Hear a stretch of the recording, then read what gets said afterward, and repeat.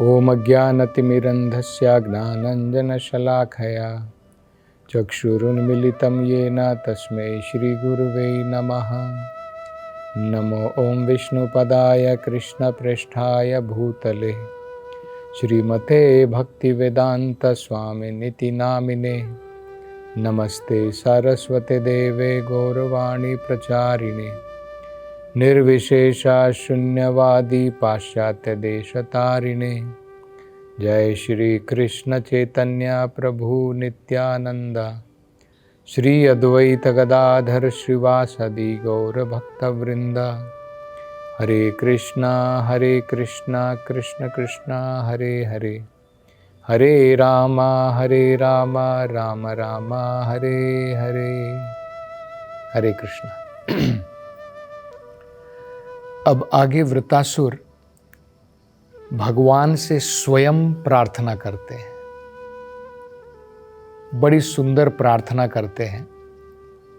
वो कहते हैं अहम हरे तव पादैक मूला दासानुदासा भवितास्मि भूयाः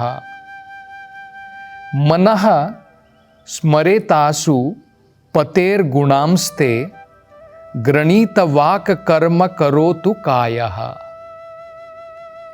वो भगवान से प्रार्थना कर रहे हैं, हे भगवान हरि, हे भगवान विष्णु कृष्णा, अहम तव पादैक मूल दासानुदासा। क्या मैं दोबारा, भूयः का मतलब होता है दोबारा, क्या मैं दोबारा जिन व्यक्तियों ने, जिन महात्माओं ने आपके चरण कमलों को एकमात्र आश्रय बनाया है, क्या मैं दोबारा उनके दास का दास बन पाऊंगा? क्या ये अवसर मुझे प्राप्त होगा? तो ये बड़ी सुंदर प्रार्थना वो कर रहे हैं, क्योंकि हमारा मन अनेकों शाखाओं में बटा रहता है।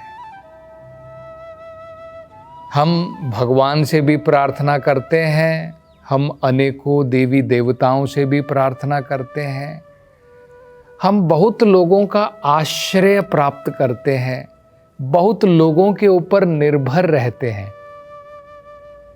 एकाग्र मति से केवल भगवान के ऊपर निर्भर वो हम जनरली आमतौर पर नहीं रहते हैं। अगर हम देखें, जैसे महाभारत में द्रौपदी जो है पहले बहुत लोगों के ऊपर निर्भर रही।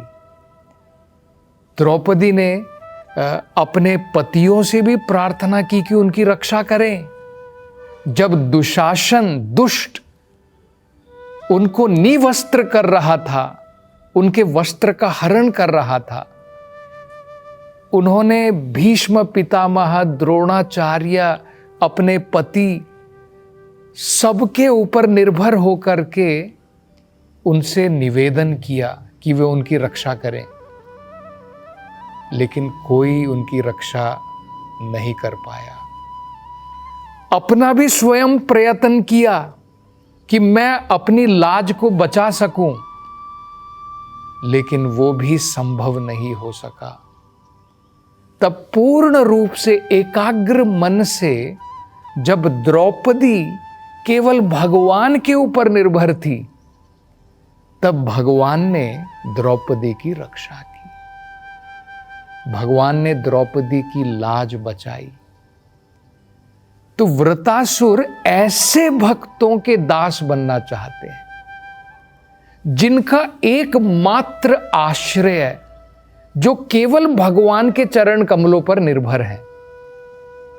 तो वृत्तासुर कह रहे हैं कि भगवान, क्या मुझे ये अवसर प्राप्त होगा दोबारा कि मैं आपके उन भक्तों का दास बन सकूं, उनके दासों का दास बन सकूं जो तव पाद एक मूलम, जिन्होंने आपके चरण कमल को मात्र अपना आश्रय बनाया है।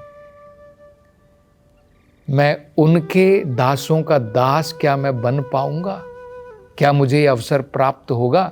ये पूछ रहे हैं प्रार्थना करके वृतासुर भगवान से। उससे क्या होगा? कोई पूछेगा कि भाई तुम ये प्रार्थना कर रहे हो भगवान से कि क्या मैं ऐसे भक्तों का जिन्होंने आपके चरण कमलों को अपना आश्रय बनाया, क्या मैं उनका दास का दास बन जाऊंगा? क्या मुझे ये अवसर प्राप्त होगा? उससे क्या मिलेगा?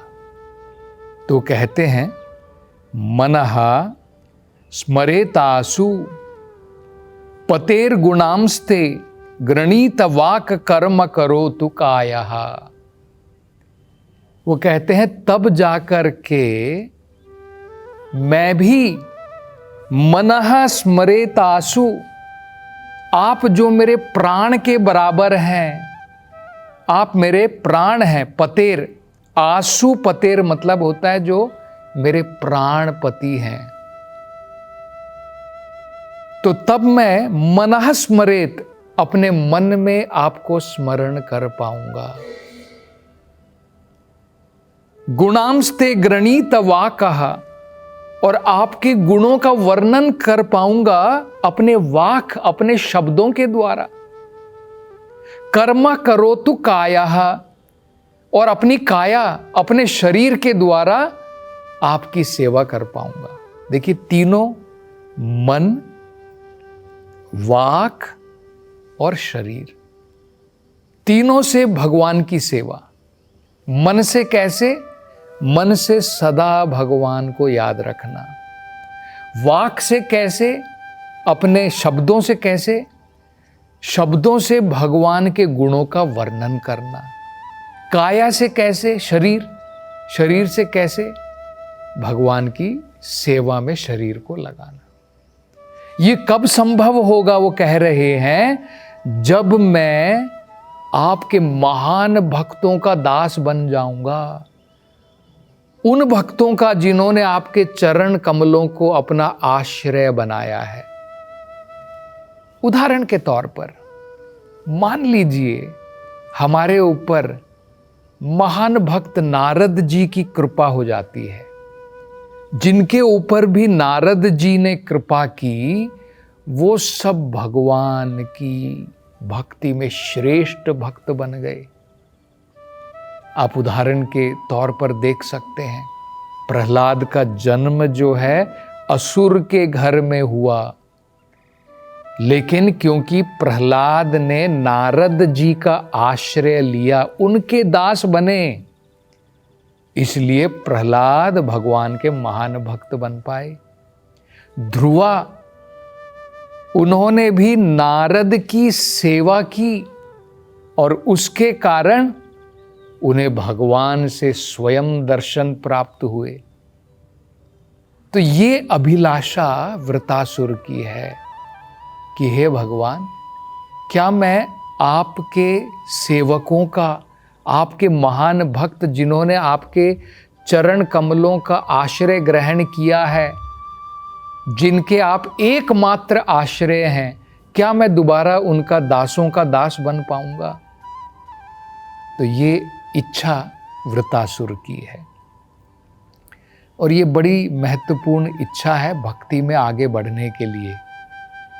हमें डायरेक्टली भगवान के दर्शन प्राप्त नहीं होते हैं। अगर हम सोचेंगे कि बिना गुरु के, प्रामाणिक गुरु के आश्रय के मुझे भगवान के दर्शन प्राप्त हो जाएंगे, वो संभव नहीं है। क्योंकि ये जो महान भक्त होते हैं, ये भगवान को अत्यंत प्रिय हैं। तो जब हम इन प्रिय भक्तों को उनकी कृपा प्राप्त कर लेते हैं, भगवान की कृपा प्राप्त हो जाती है। ये वेदों में कहा है। जैसे विश्वनाथ चक्रवर्ती ठाकुर वो कहते हैं, यस्या प्रसादात भगवत प्रसादो।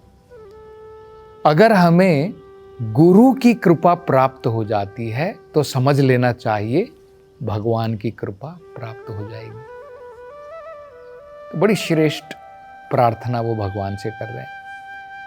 अगली प्रार्थना में वो भगवान से कहते हैं, न नाक पृष्ठम न च पारमेष्ठ्यम न सार्वभौमम न रसाधिपत्यम न योग सिद्धिर पुनर्भववा समंजस्तव विरहय्य कांक्षे। वो कह रहे हैं कि हे भगवान, न नाक पृष्ठम, नाक पृष्ठम का मतलब होता है ध्रुवलोक। वो कहते हैं कि हे भगवान, मुझे ध्रुवलोक की प्राप्ति की कोई अभिलाषा नहीं है कि मैं यहाँ से जाने के बाद ध्रुवलोक का राजा बन जाऊं। मुझे वहाँ पे जाने की कोई ऐसी इच्छा नहीं है। न च पारमेष्ठ्यम, पारमेष्ठ्यम का मतलब होता है ब्रह्मा जी का धाम, ब्रह्मलोक, और ना मुझे ब्रह्मलोक जाने की कोई इच्छा है। तो ना मुझे ध्रुवलोक की प्राप्ति की इच्छा है, ना मुझे ब्रह्मा जी के लोक जाने की इच्छा है, न सार्वभौमम, ये सारी भूमि इसका राजा बन करके रहने की भी मुझे कोई इच्छा नहीं है। न रसाधिपत्यम, रसातल, तलातल, पाताल, नीचे के लोकों का आधिपत्य करके वहाँ का राजा बनने का भी, वो भी मेरी कोई अभिलाषा नहीं है, वो भी मेरी कोई इच्छा नहीं है। न योग सिद्धिर, और ना 8 प्रकार की योग की सिद्धि मैं प्राप्त करना चाहता हूं। न योग सिद्धिर पुनर्भववा, और ना इस भौतिक संसार से मुक्ति की प्राप्ति।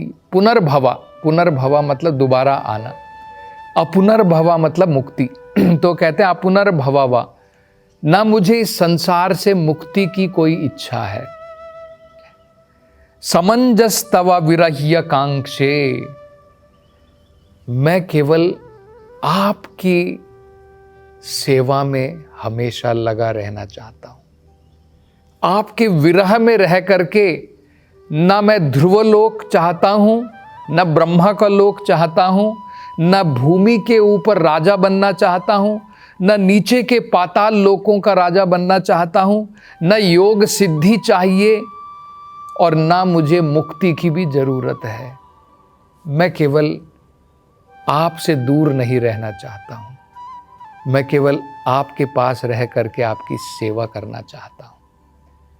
तो ये बड़ी सुंदर बात जो है वो भगवान से कह रहे हैं। आगे देखिए, बड़ा सुंदर उदाहरण देते हैं। अजात पक्ष इव मात्रम खगः स्तनयम यथा वत्सतरः शुद्ध आर्ता प्रियम प्रियेव वयुषितम विषण्ण मनो अरविंदाक्ष दिद्रक्षये त्वाम। 3 बड़े सुंदर उदाहरण देते हैं वो। अजात पक्षा, अजात पक्षा मतलब जिन छोटी चिड़ियों का पक्षी, उनका अभी जन्म हुआ है, अभी उनके पंख भी नहीं आए हैं, अजात पक्षा उनको कहते हैं। वो पूर्ण रूप से अपनी मां के ऊपर निर्भर रहते हैं। इव मातरम खगः, खगः का मतलब होता है पक्षी। तो जिन पक्षियों के अभी पंख नहीं आए हैं, मतलब नवजात पक्षी हैं, अभी उनका जन्म हुआ है, वो पूर्ण रूप से केवल अपनी मां के ऊपर डिपेंडेंट रहते हैं, निर्भर रहते हैं। ये एक उदाहरण है। दूसरा कहते हैं, स्तनयासा यथा वत्सतरः शुद्ध आर्ता। जिस प्रकार से एक गाय का बछड़ा, उसे वत्स कहते हैं, वत्स गाय का बछड़ा, शुद्ध आर्ता, शुद्ध का मतलब होता है भूख से आतुर होकर के केवल अपनी मां का उसकी प्रतीक्षा करता रहता है, कब मेरी मां आएगी और मुझे अपनी मां के थनों का दूध प्राप्त होगा, गाय का बछड़ा हमेशा मां के लिए आतुर रहता है, कब मेरी मां आकर के मुझे दूध पिलाएगी, क्योंकि उसे भूख लगी है। भूख से आतुर होकर के जिस प्रकार से गाय का बछड़ा अपनी मां की प्रतीक्षा करता रहता है। और तीसरा उदाहरण देते हैं, प्रियम प्रिये व वयुषितम विषण्णा। जिस प्रकार से प्रियम, प्रियम मतलब पत्नी, प्रियेव अपने पति, मान लीजिए एक पति जो है अपनी पत्नी से कहीं दूर विदेश चला गया है, तो पत्नी जो है विषण्णम मतलब बड़ी ही दुखी रहती है, प्रतीक्षा में रहती है। वयुषितम क्योंकि उसका पति घर से बाहर गया हुआ है, वो प्रतीक्षा में रहती है कि कब मेरा पति वापस लौट करके आएगा। तो देखिए ये तीन बड़े सुंदर उदाहरण देकर के कहते हैं, मनो अरविंदाक्ष दिद्रक्षे त्वाम। इसी प्रकार से मेरा मन, हे अरविंदाक्षा, हे कमल नयनों वाले भगवान, जिनके कमल जैसे नयन हैं, दिद्रक्षे त्वाम, मेरा मन भी आतुर है केवल आपके दर्शन करने के लिए।